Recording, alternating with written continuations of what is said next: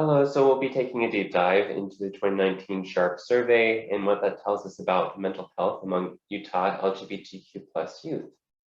So first of all, what is the SHARP survey?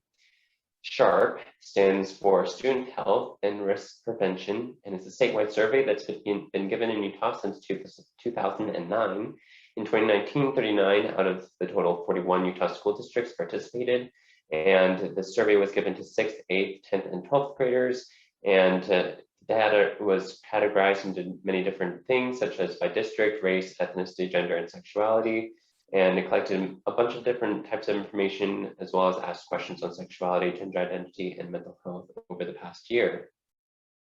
So what were the results for LGBTQ plus youth in 2019? It was found that Utah LGBTQ plus youth were 2 to 4 times more likely to consider, plan, and attempt suicide than their cisgender heterosexual peers. So they're asked several questions. The 3 that were on suicidal ideation were as follows. Did you ever seriously consider attempting suicide? Did you ever plan or make a plan on how you would attempt suicide? And did you attempt suicide 1 or more times in the past 12 months?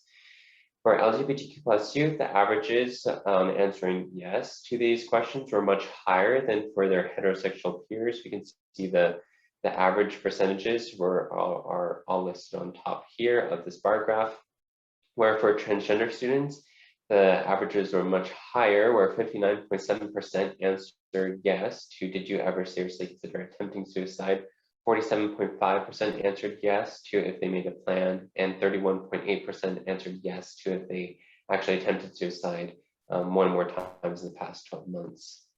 We can also compare this information to Utah average and US average for these same 3 questions, where we continue to see that for transgender and other gender youth, as well as LGBTQ plus youth in general, answer yes to these questions or experience much more higher rates of suicidal ideation than youth in general in Utah, as well as in the US.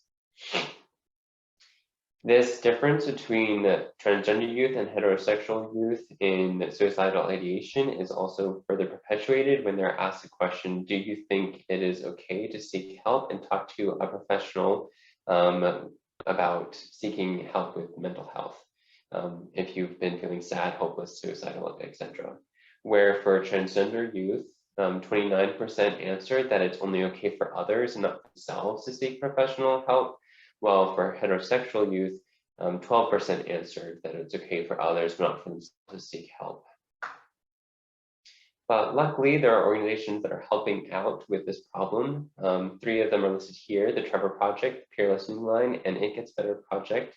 And if you want more information, you can look at those links there. And hopefully this was informative. Thank you for listening.